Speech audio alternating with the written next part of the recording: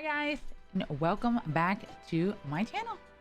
Today we're going to be talking about another plant, one of my favorite that I absolutely love, and we're going to be talking about the watermelon peperomia. I'm so sorry, today has been just a crazy day and I know I needed to get a video out and stuff, so I'm just gonna kind of swing through everything you need to know about a watermelon peperomia, because these are actually getting really popular, and they're not uncommon, but they're not common either. I know in some places it's really hard to find it. I think you have to just wait during that year when they're in season to get them at Lowe's and such. But I wanted to go ahead and quickly go over the guides and tips if you do see this baby and you want this baby, because how do you not want a watermelon peperomia in your collection? I absolutely love her because of the fact that she's so variegated and it's just a watermelon. I know some people kind of be like, boy, she's kind of round and she has the tips, but there's just some ones like this one. Oh my God, look at this one, y'all.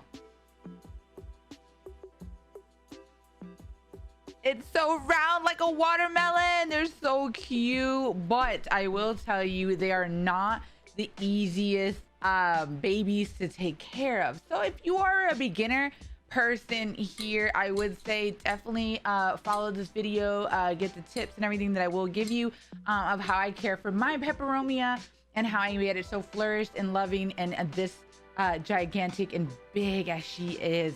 I'm really glad that she's just been loving life right now and she's flourishing. You can just tell 2021 was her year, bitch, and this is it, y'all. This is it. Before we go ahead and get into more of the details, if you guys are enjoying the stream or the channel, sorry, I do stream. I have to stream after this.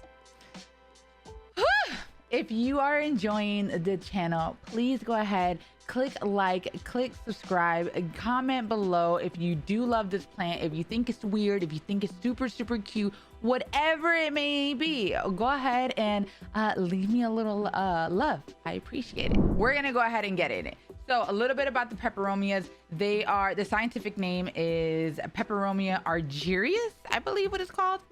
But the name that we give it is the watermelon peperomia because of the way it looks. It has that watermelon appearance to it. They are native from Brazil and they are semi-succulents, meaning they are not like a succulent where you can leave completely dry. Do hold some water in their leaves. If you do touch them, you can kind of feel they're a little bit harder on the leaf side and such, and they store a little bit of water in their leaves, hence is why it's called a semi-succulent. Now let's go ahead and talk about lighting.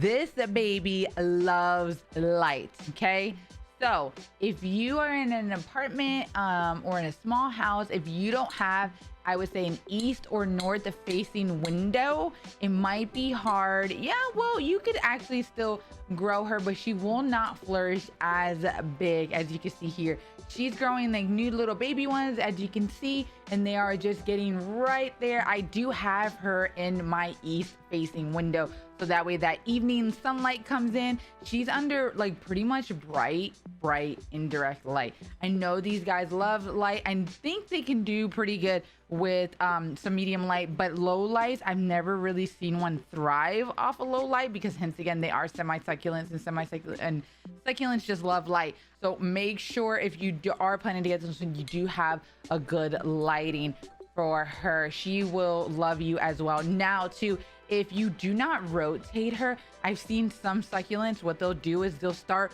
moving towards the lights, which if you love all that funky movement and stuff, you can definitely do that for her. As you can see, you can kind of tell mine is moved, hence I rotate her maybe once a week or so, you know what I'm saying, just so she gets all around lighting here. If you actually leave her for quite a while, on one side, you will see all the peperomias start to move over towards the light, which is kind of cool. I just wanted her to me just being me extra. Let's talk about that.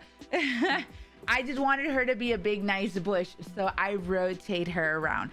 So if you're not into it, you don't really care how she looks, but you're just glad that she's growing and stuff, then don't rotate her. But if you do want just more of a fuller look here, as how I do and such, then you can go ahead and start rotating her out. Now all the succulents, I think because of how hard or how stiff her leaves are, she won't necessarily show a lot of burn in the front, but in the back she will. So make sure you go ahead and look at her back. You can kind of see from mine how much, because she does get a lot of lights.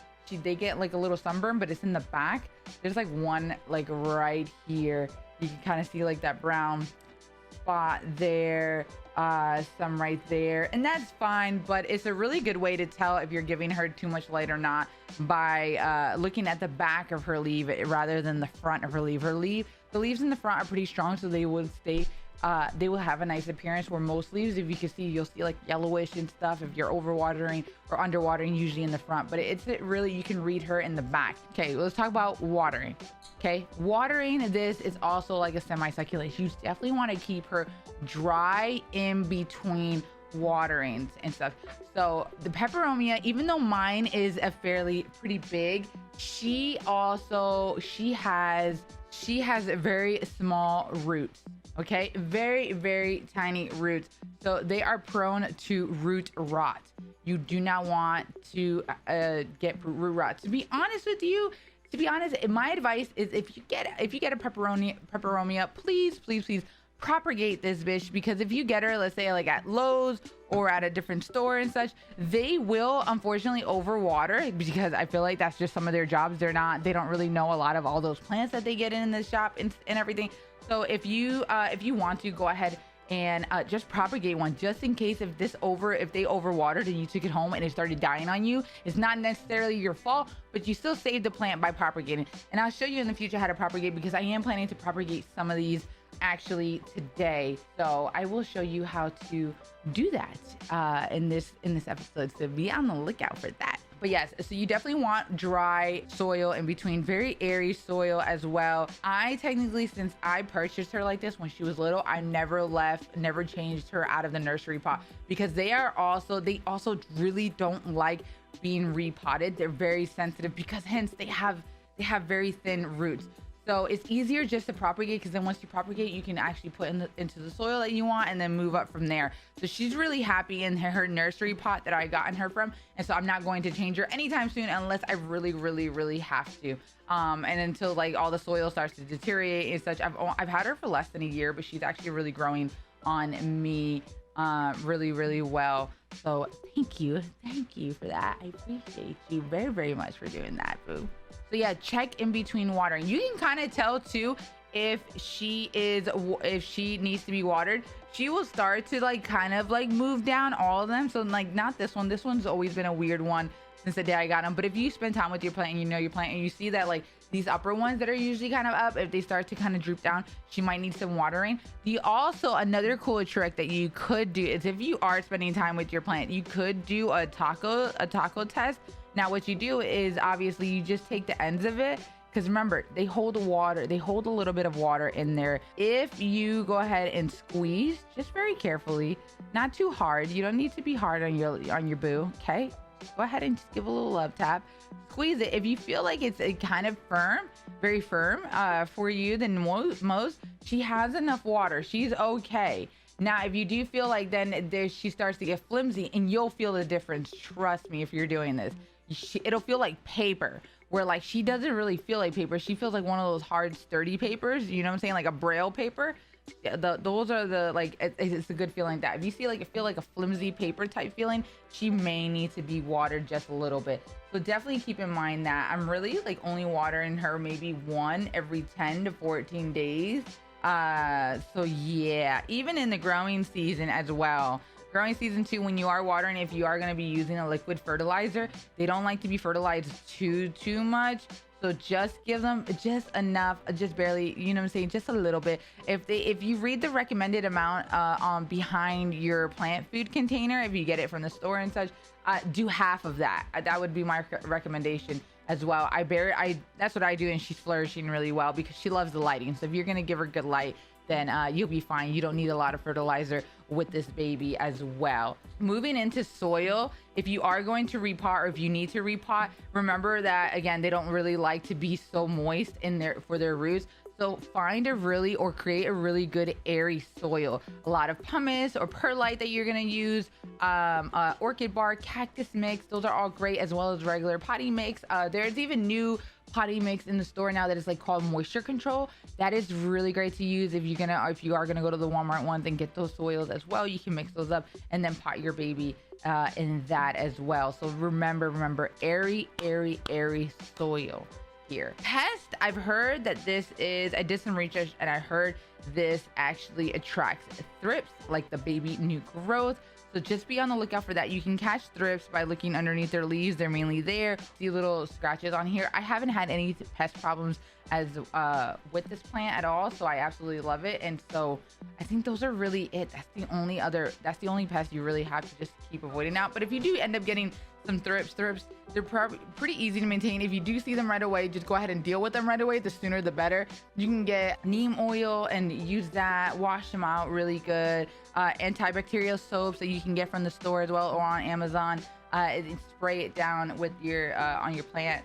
So you should be good with that. Propagation time. Let's go. I don't have a propagated water peperomia just yet. The one that I had actually failed, but I will go ahead and propagate this baby now because I've been dying to do so anyways. And so I'm gonna go ahead and show you guys. All right, I have a clear glass of water here and I have some scissors. I'm gonna go ahead and disinfect my scissors. I have these like alcohol wipes and such that you can just get on Amazon, or you can just go ahead and clean them with the soap, your preference. Just make sure you go ahead and disinfect your scissors that you're going to be making your cuttings with, because you don't want to go ahead and infect your plant or anything like that. Just to be on the safe side, you want everything to be brand new and just, yeah, you love your baby, go ahead and disinfect. It's always better, especially for your rare plants. If you put money into your rare plants and you cut something and it gets infected and stuff, then it's just kind of like money loss on your baby and stuff and everything. So it doesn't hurt just to be safe. So these are really easy to propagate. All you're gonna do is just maybe pick one. I might pick this one because it's already looping down, and I'm gonna keep the ones that are just sitting up, and I'm just gonna go ahead and you're just going to cut. Easy peasy lemon squeezy. You could just cut. You want to cut the stem as well. Of course, it's connected to the leaf. The leaf is going to go ahead and give it nutrients, and then the roots are going to grow from the leaf as well on the bottom. We'll go ahead and we'll just take her and we'll just give her a good little snip right here. Cut through one slice, that way you don't harm her. And then you're just going to go ahead and take her and you're just going to put her in some water. Boop. I might do just a few more. Very excited. I don't know which one to do because I don't want to pick out my babies. I don't want to. We're gonna pick this one too, since this one's just kind of leaning that way and sideways. We're just gonna go ahead and snip. I do have another one that I have grown that is in my shop as well. So if you are interested, just message me on my Discord. I will post my Discord below. We're gonna go ahead and propagate one more. We're gonna go ahead and do this little guy right here. He's just so cute. We're gonna do one little one. Perfect. And so it's really fun to watch these guys get propagated as well. So here he is in the water, and then you're just gonna leave it, and usually about like 2 weeks, by a full month, when you see like a really good amount of roots, you're gonna go ahead and you're just gonna go ahead put them in soil again, in that airy soil that we talked about earlier.